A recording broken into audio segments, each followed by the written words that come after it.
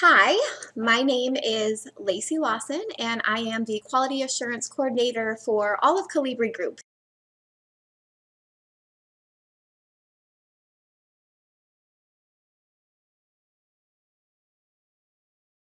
Something that you guys are learning and will learn is that our customer service organization here at Calibri is way above any customer service experience that you have had anywhere else. What I do is there's a lot of background work, but what I do is my sole job is to listen to phone calls that are pulled at random for every single rep that we have, and to just kind of break them down and say, hey, here's where we're really succeeding, and we're going to celebrate that. And then also on the flip side, to talk about any opportunities, like maybe there's some spots where we can focus some attention to make even better than they are. And the cool thing about it is, it's a conversation. It is not meant in any way, shape, or form to be intimidating, to feel like negative feedback, or to be nitpicky or anything like that. It is really just a conversation about here's how we're doing and here's how we're going to get even better than what we are. So let me give you a little background about myself. I started here a little over 5 years ago. And I actually started just as a customer service representative on the McKissick call center floor. And when I started, we were very small. It was just McKissick. And I want to say there was maybe 6 reps here altogether, including myself. And something that I felt right away from the moment that I came through the doors was the overwhelming sense of kind of like family. And I know that sounds super cliche, but really it is. And it was unlike any place I'd ever worked before. They worked really hard, and I learned that I would also work hard, and we also celebrated in a really big way as well.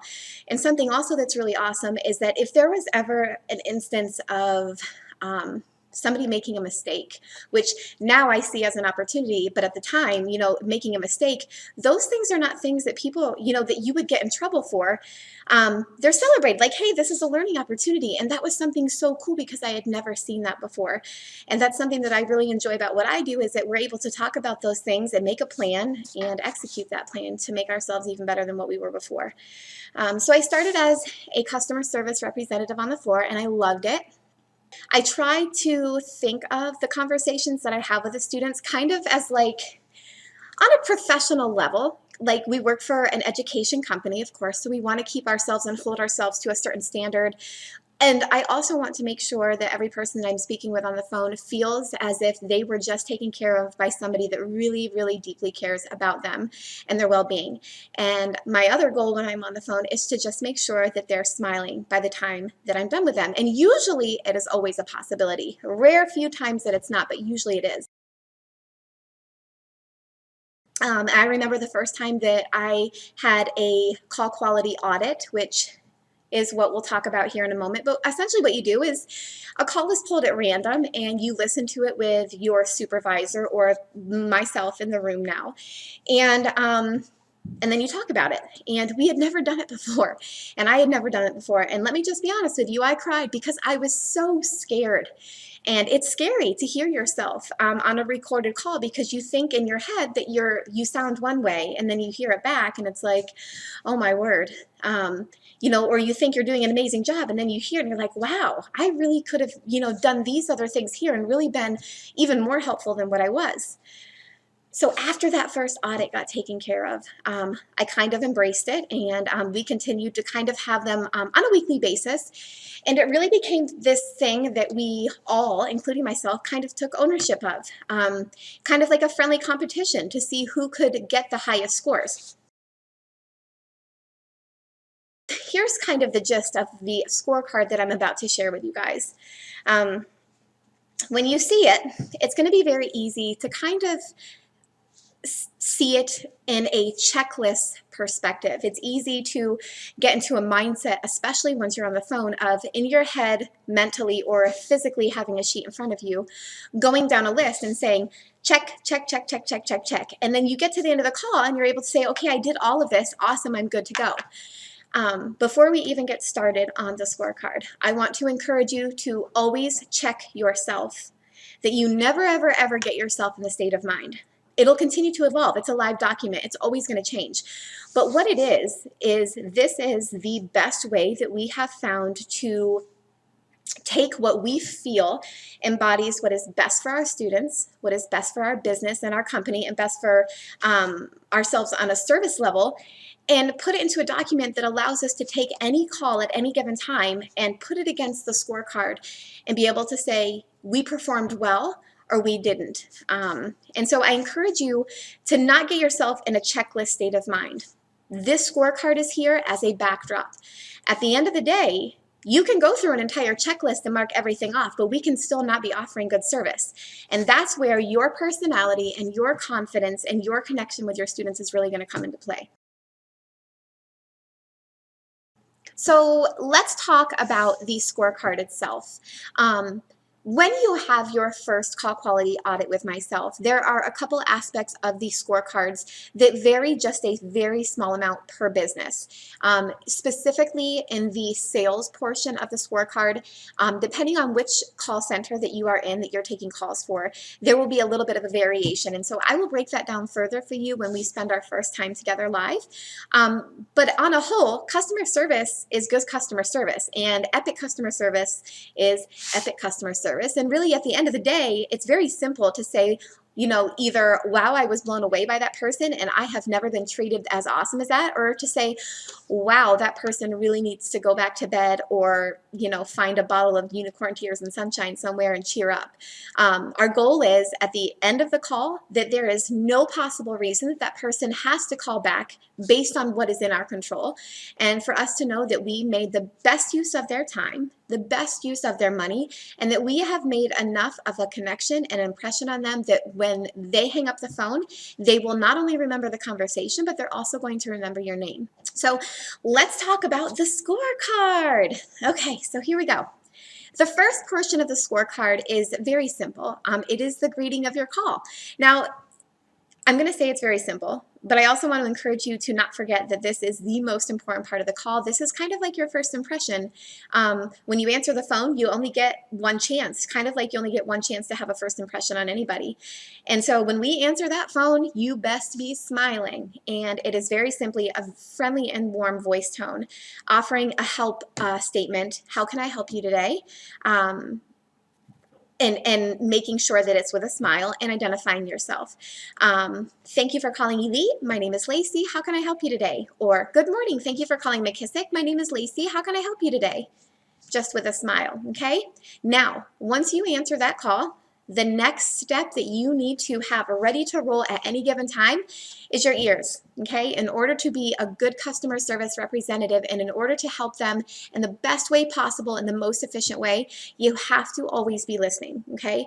So from the moment that you answer that phone, you be ready, because what's going to happen is in the first 10 to 15 seconds, they're going to give you pretty much the core reason for their call.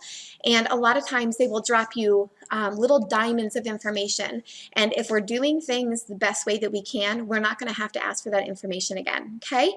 So the next portion of the scorecard after the greeting is our call handling section. And this is kind of the meat and potatoes of the scorecard. There's some small things in there, and there's some big things in there. So the first item on the scorecard under call handling is verifying customer information, okay? Why do we need to verify customer information? Well, we're dealing with state licenses here, and there is key pieces of identifying information from students that we have to have correct, and for a number of reasons. Number one, so we can make sure that they get credit for their information, so that we can make sure that their name, their license number, and all of that information matches what we have and matches what the state board has. And also just to make sure that everything that we have is current and up to date on a, from a marketing side. If we're sending them mailers or if we need to contact them in regards to their license via email or phone, that all the information we have is up to date. Okay, so on any given call, we will always verify customer information. The only situation that we will not do this is if that student has never, ever, ever taken classes with us or is not in our system for McKissick and Rex as a prospect or a lead. The other side of verifying customer information is we want to make sure that that's something that is done at the very beginning of the call. And if you think back to any calls that you've had with representatives anywhere in the past, usually that's the first thing that they do before they go into the call. We want to make sure we know who we're talking to. And so we answer the phone. Thank you for calling McKissick. My name is Lacey. How can I help you today? And they're going to tell you why they're calling. Well, hi, my name is Joe, and I was calling because I saw you're having a seminar in Tuscaloosa, and I would like to attend. Okay? And then you say, all right, awesome, Joe, I'd love to help you with that. May I have your first and last name, please? Or may I have your license number, please? You open up the door to say, yes, I hear you, Joe, and I'd be happy to help you. And the first thing we're going to do is verify your information, okay? You do it without even asking. Once we get the student account up, we're going to verify all pieces: name, address, phone number, email, license number, and if you are elite, sometimes the last four of a social or an NABP number, etc., etc. But it is very important that we verify all pieces. If you happen to ever have somebody calling in that is not the student, they need to verify that information to you. And the reason for that is just for the protection of our students, okay? There will be circumstances where you find where people do not have their license number available or memorized. And you would think, they're calling about their education for that license, they would have it, but in a lot of cases they don't. We almost always have access to the State Board website to be able to verify that. If they don't have that available, that is okay. Ask them for their email or something else to pull them up and continue to go ahead and verify the rest of their information. And when you get to that license number, just say, I was able to verify your license number on the State Board. It looks like the number is ABC123, and ask if they would like to write that down. Okay, no big deal. So we verify customer information. The next part of the scorecard is using the customer's name in the call. And that might seem like something so small, but let me tell you why. People like hearing their names. It keeps their attention. It makes them feel, it makes the call feel more personal. And it allows us to that's just one of the things that we do to try to make the customers feel as if we are their closest friend that's there to help them every step of the way. We try to, and our goal is to use the customer name 3 times per call. Okay, and using their first name. If you cannot pronounce it, that's okay. Use Miss or Sir or Miss Parker or Mr. Brown. But most definitely, if we are able to use the first name, we want to use it 3 times. And that's just in regular speech. Okay, Lacey, what we're going to do is click on that button in the top right corner. Do you see that? All right, awesome, perfect. Or, all right, Joe, was there anything else I could do for you today? Using their name in regular speech. Very simple. The next portion of the scorecard is matching the customer's pace. So what does that mean? That just means that we are not rushing in most cases or slowing down our customers. The best example that I can give of this to you is sometimes when we're speaking with customers or students that are more mature in age, we need to slow down. I'm sure you guys, you've probably already noticed without me even realizing it that I am a fast talker. And when I am on the phones with those that either maybe there's an accent that's causing a little bit of a barrier, or maybe they're elderly, or whatever the reason may be, maybe there's a speech impediment, slow it down, take it to their pace so that we don't make them feel uncomfortable, and we also can help them and understand and allow them to do the same, okay? The next portion of the scorecard, and that is the tone of the call, okay? That is, how do you sound when speaking to them? I want to hear confidence. We want to hear you be upbeat. I want to hear you being positive. I want to hear enthusiasm in your voice, and I also want to hear a really awesome attitude. Now, here's where the part comes in about what I mentioned before about me being able to come to work and feeling as though I wasn't working. It doesn't feel like a job for me when I'm on the phone. And the reason for that is because I'm able to be myself on the phone. Every single one of us has certain personality traits that kind of bring other people into us. If I were to ask your closest friends or your family or your kids or your significant other, what they liked best about you and what they liked about spending time with you, they would give me some things that are specific to you and your personality that really pull people in. And so what I would love to see, and we will see, is that you get yourself to a point being comfortable with the business and also with your position on the phone and where you are in helping your students to be that person. Yes, we want to be professional. Yes, we want to do the best possible job on a service level that we can. And we also want to make sure that we are making sure that our students know that we are 100% more than happy to help and that we are confident about the information that we're giving them, and that we're happy about it. So in the majority of the calls, with the exception of when people are angry, because in those situations, it's not always good to smile and laugh. Usually makes it worse. I want to be able to close my eyes and know 100% without a doubt that you are enjoying what you're doing and that the student is also feeling the same. And this is a very important part of this scorecard. And this is one of the ones that I feel very strongly and very passionate about, that if we are doing this in the correct way, if we are comfortable and we are confident and our attitude and our tone represents that, and we are connecting with the student and taking the time to listen to them and to really make them feel as if we are 100% there for them, then we succeed. You know, you can get away with a lot. There's a lot of things that you have cushions on if you're doing this right, okay? So tone and attitude, super important. Let me hear that smile. And on the flip side of that, listen, if you don't know something, be confident in the fact that you don't know it. Not everybody knows everything. That is okay. I don't know everything. But you best believe that if somebody asks me a question that I don't know the answer to, I'm going to make sure they know that. And I'm also going to make sure that they know that by the time we're done with that call, that I will find that correct information for them and verify to myself before I give it to them that it is correct. Have confidence in yourself no matter which way it goes, okay? Okay.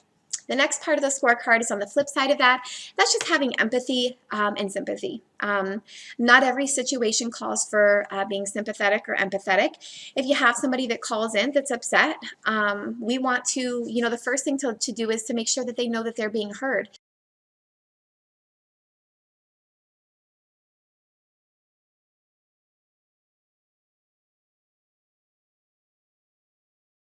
A lot of times when students are angry, the thing that really they need to happen is they want to feel as if somebody is hearing them. They want to feel understood, and then they also want reassurance that whatever that situation is going to find some sort of a resolution. Okay, sometimes that means that we are going to take responsibility off of their shoulders and onto our own. Sometimes that maybe means they clicked on something wrong, or maybe they enrolled themselves in the wrong classes, or maybe they enrolled themselves under the wrong license. We never want to make the customer feel as if they're the reason for the issue, okay? If we can at all, eliminate that or stop that from happening, that would be best. And so it's really just a matter of saying, I hear you, and then the reassurance of, I got you, okay? So it is very important on the sympathy and empathy side to not give canned, generic responses. What do I mean by that? I mean, if somebody calls in and is upset or having an issue, please find it in yourself to give them a genuine apology or genuine empathy. I would rather not hear, I do apologize, or we sincerely apologize that happened to you, because it doesn't sound as if it's real, and quite frankly, it doesn't feel genuine. Whenever I hear somebody saying that, in my head, I say to myself, well, they're saying that because they have to. Maybe instead say something like, I am so sorry. I can understand that would be super frustrating. And I assure you, I'm going to make sure that this is all taken care of while I have you on the phone. And then what we're going to do is let them know what we're going to do to help them. Okay. We'll talk more about this. You guys will get some more training on different tools that you can use to be sympathetic and empathetic when we move forward. The next portion, acknowledging customers' needs and requests positively. And that just very simply means when they are giving you, the reason for their call or requesting something, that we are acknowledging it in some way. There is nothing worse than talking to a customer service representative and saying something and feeling as if they just didn't hear, or they're completely blowing you off. We don't want people to feel that way, okay? If you're busy and they're saying something, make sure they know that you heard them. Even if it's something like saying, yep, absolutely, Joe, I will be happy to look at that. Just hang tight one moment while I finish wrapping up these classes for you, and then we'll see if we can get you dual credit. Whatever it is. Maybe they said that it's going to hurricane outside. Maybe they said that it's going to blizzard. Give them some sort of acknowledgement. Let them know that you heard them, okay? The next portion of this is very, very important, and this is being in control of the call, okay? Making effective and efficient use of the caller and the business's time. Now, this one's pretty heavy. Like this one, I feel like if you're physically looking at it, if it was a physical representation, this would be like a mountain in the middle of the scorecard. And that is simply because it's so important, right? In order for us to maximize our customers' time and money and make them feel like they are our number one customer at all times, we have to be in full control of the call, okay? This one can mean many different things. And so we won't break it down as much as we maybe could. This is one that as you guys have calls, we can talk about in more detail because every call is going to be different. But it's really just comes down to a matter of, are we effectively and efficiently taking care of the customer needs in a timely manner while still being able to engage them and build a relationship, and also steering the call in the way that makes the most sense as far as the student goes and also the business goes. The cool thing about what you guys are going to be doing is that as you learn the business, you will you'll have so much knowledge in the background of certain things that when students call in, you'll actually be able to kind of steer them in one way or the other. Now, keep in mind that these students only renew their license once every year or 2 years. And so when they call in, while they might have some idea of what it is that works, that they need, they might not have full confidence in that. And it's your job, it's my job, it's our job to make sure that we are using the knowledge that we have to take that call in the route that makes the most sense. Maybe they didn't know we had a package. Maybe they didn't know that we could do it online. Maybe they didn't know that we're going to be 10 miles from their house in a couple of weeks offering the classes that they want. We want to make sure that they know all of that and that we steer them in the direction that makes the most sense for them, okay?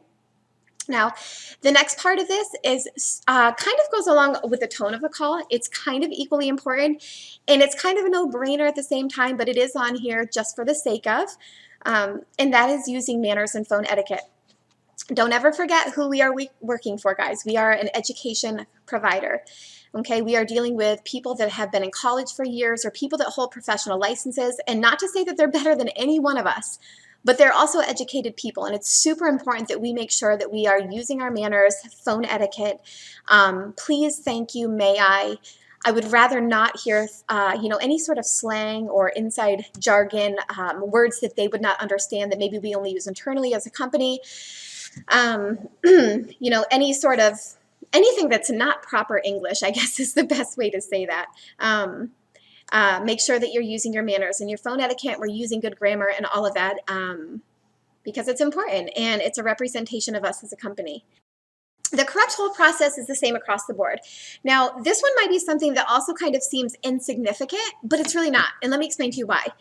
I'm sure that you guys can all think of a time when you were on the phone with a certain company and they placed you on hold and you literally sat there thinking to yourself, what in God's name are they doing? Like, why am I on hold? And for me, that is super frustrating to feel because sometimes it feels as if they're not working to help me, that maybe they're doing something else.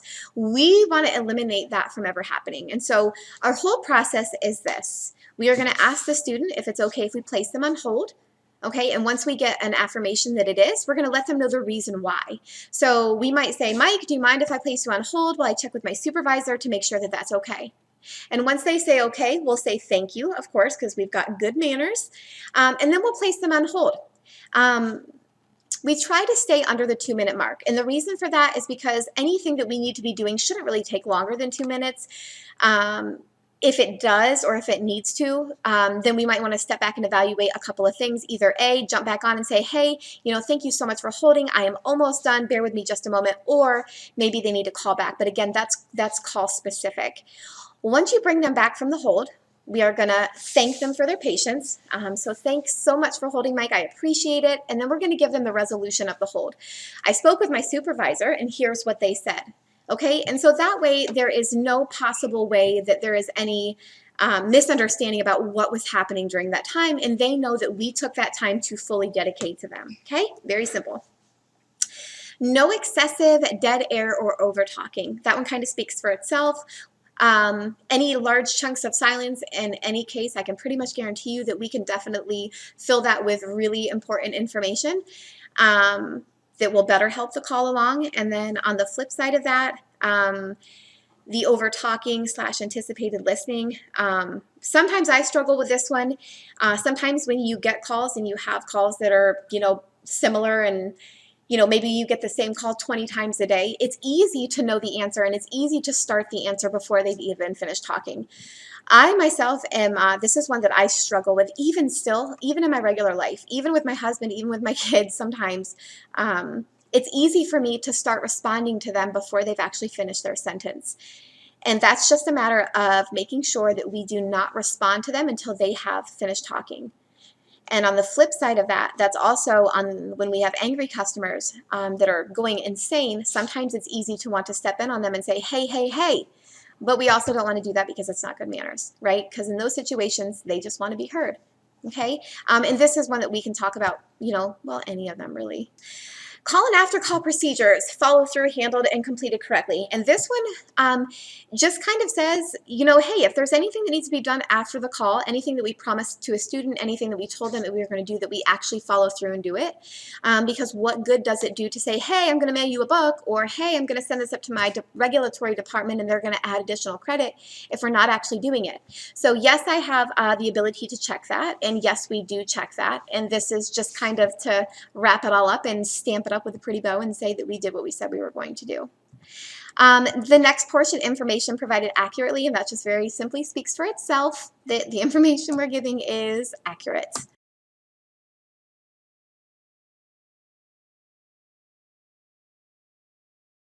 So we talked a while back at the beginning about the importance of listening, and that being really one of the key components to being able to do a really awesome job at this. And that's the next part of the scorecard, is where this is going to be, where the points are allocated to. Ask leading questions or probing for information that's going to be helpful in assisting the student. As you learn the business and as your confidence level rises, you are going to find yourself knowing specific questions or questions that you can ask them that are going to help you better help them. Okay, and again, this is our job. This is on us to know those questions, when to ask them, what questions to ask, etc., etc.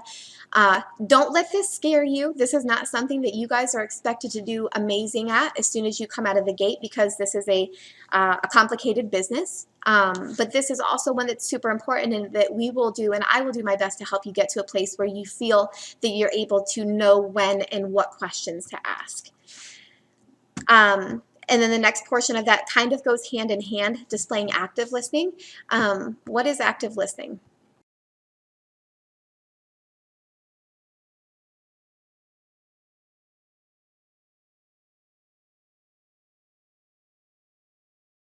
Now, I don't know at what point in the training that you are watching this video, but I think at this point that you've probably already heard some other people talk. And my guess is that you've already heard a little bit about a one-call resolution. If you haven't, let me just quickly tell you what that is. One-call resolution means you take that call and there is no reason or no need for that customer to call you back. And it's not because we don't want to talk to them, it's because we want to be efficient and effective. And if we're doing our job right and we're doing it really well, then that's always a possibility for us. The next portion of the scorecard is the regulatory or grade section. Now, this is the stuff that most people will not think to ask questions about. And this is usually the number one thing that people will call back about, okay? So this is where you're going to have to always be prepared.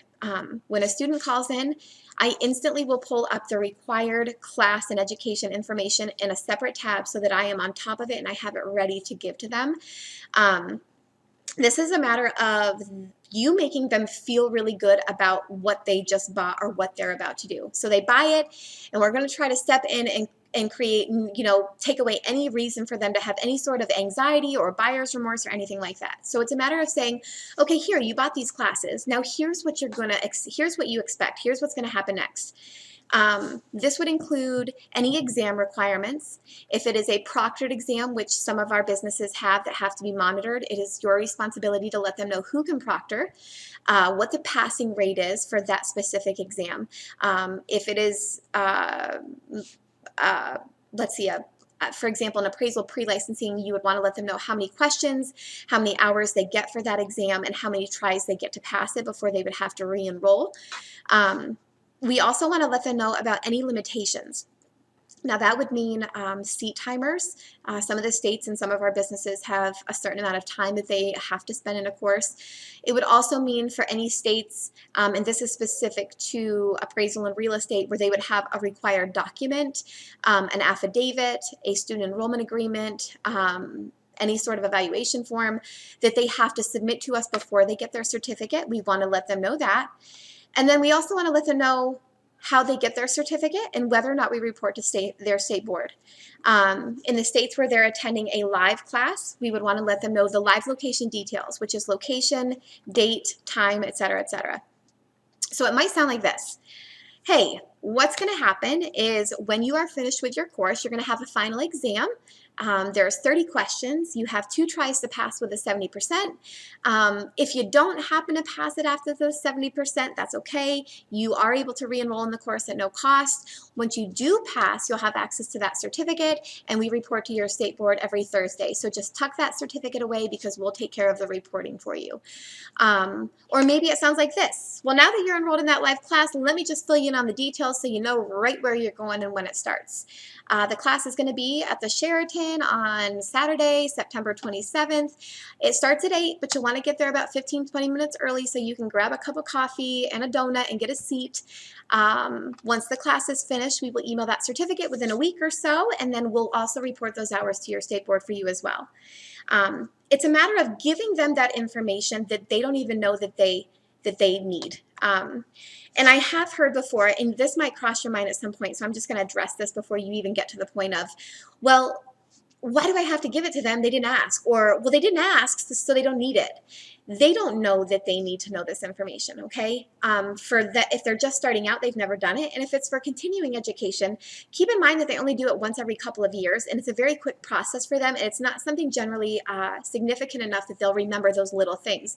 And so our job is to literally take all of the tools and the information that we know that they're going to need and that we know that they're going to have questions about, and we're going to give that to them before they can even get to the point of saying, well, hey, now what? Or what comes next? Or, I don't know how I'm supposed to pass this. We're going to give them all of the information before they even know that they have to have it. And what that usually does is that opens up a door for them to ask questions and say, oh, okay, well, what about this? And it kind of just helps us get to the place at the end of the call of saying, okay, well, we addressed everything possible that they would need to know. Now, one thing that you might be thinking that does come up from time to time as well that's going to add a lot of call time to my calls. It actually doesn't. If we think about it along the lines of, it maybe adds, I would say on average, 30 to 45 seconds, and that's just a wild guess, but I think I'm close, in a call to provide them this information to instead eliminate a 3 to 7 minute call 2-3 weeks down the road when they're calling back in asking for the information. That is our way of helping ourselves. Okay. Sometimes it will feel very easy to just answer the phone and answer their question and hang up and be done in 30 seconds. But let me assure you, and let me tell you for sure, that you are only doing yourself and your team a disservice, because what's going to happen is they're going to call you back. And 2 weeks down the road, when you have 7 calls in queue and everybody's on the phone and you're feeling like your head's going to explode, and you get an account and you see that another rep spoke with them a couple weeks ago and you're thinking, why in the world didn't they give this information to them? Remember that, okay? This is your way of helping yourself and your team, and it's also one of the many ways that we are always on such a higher level as far as customer service than any of the other providers out there, okay? So keep that in mind, and I promise you that they will be grateful for that information. I promise you. Okay. Next portion of the scorecards is the sales. Now, we talked about earlier that this is going to be a little bit different depending on which business that you're working with, but really it just comes down to this. Remember that everybody that's calling us, they have to take this education. Okay, we're not selling them clothing or shoes or something that they don't need. They are coming to us because they have to have the education to maintain their license, which in many people's cases is the way that they feed their families. It's their sole way to provide for their family or their life. So always keep that in mind. Don't ever feel as if you're offering them something that they don't need. And that should always help on the confidence side when you're asking them, you know, if you could take care of enrolling them. And also remember that if they don't do it with us, they're going to do it with somebody else. And so it always comes down to a matter of why. Excuse me, why should they choose us? Well, that's what you're here for. That's what your smile's for. That's what your knowledge is for. That's what your listening is for. That's what your probing questions are for. And it all comes down to this. We are here to make the company money. Why do we do so well at it? Because we do this so well. But it does come down to, we do have to ask. And the number one reason that people do not buy things or they do not purchase something when they go to a store or they call someplace is because nobody asked them if they wanted to buy something. Okay? And so when these students call you, maybe it's not at the forefront of their brains that they want to purchase. Maybe they're calling just to say, hey, can you send me a book? Maybe they're calling to say, you know, hey, my license is due in 6 months and I was just curious if you were going to be in the area, or I was just curious if there was any promo codes. There is an opportunity in every single call that we take, okay? Every single call that we take. It doesn't matter what the call is, there is always an opportunity there. And it is our job to ask if we can take care of that for them. We always want to ask if we can do it for them. In a lot of instances, I try to think of it as, let's take as much responsibility off of their shoulders and place it onto our own. And so it's a matter of let me make this as easy as possible for you, and let me do this for you because I do this every day, and I know for sure that I can get you the best deal, the best set of classes, and I can get you to your classes and let you know what to expect from start to finish. So the only thing you have to do is X, Y, and Z, and it's making them feel really good about it. Now, the cool thing is that as you learn the business and your confidence builds, you're going to be able to do this really flawlessly, and it's going to be a matter of saying, hey, you know what, Mike, why don't I go ahead and take care of that for you since I have you right here on the phone? Well, maybe they say they teeter. You know, in some instances, you'll be able to offer them a small discount and say, you know what, I might even be able to save you a couple bucks. How does that sound? This is one of those things where I mentioned earlier that it can get easy to get to a point of checking things off a list. You can ask for the sale and upsell and ask for referrals, but lead them to a negative answer. And that might sound crazy to you, but it might sound something like this. Maybe I'm on a call and I say, well, I can do it for you over the phone, or if you want, you can just go on the website and do it real quick. That sounds a lot different than saying, you know what, Joe, why don't I go ahead and take care of that for you? It'll only take a couple of minutes. Does that sound good? They sound two different ways. Now, at the end of the day, I'm able to say, yeah, I told him I could do it for him. But in one of those situations, I led them to say yes. Okay, you always have the power to do that. Keep that in mind. It's a matter of your words and how you're saying and asking certain questions. And we will help you with tools and training as you go to get to places where you're able to ask for the sale or ask to sign them up in a way that they don't even realize that what you're doing is asking them to buy.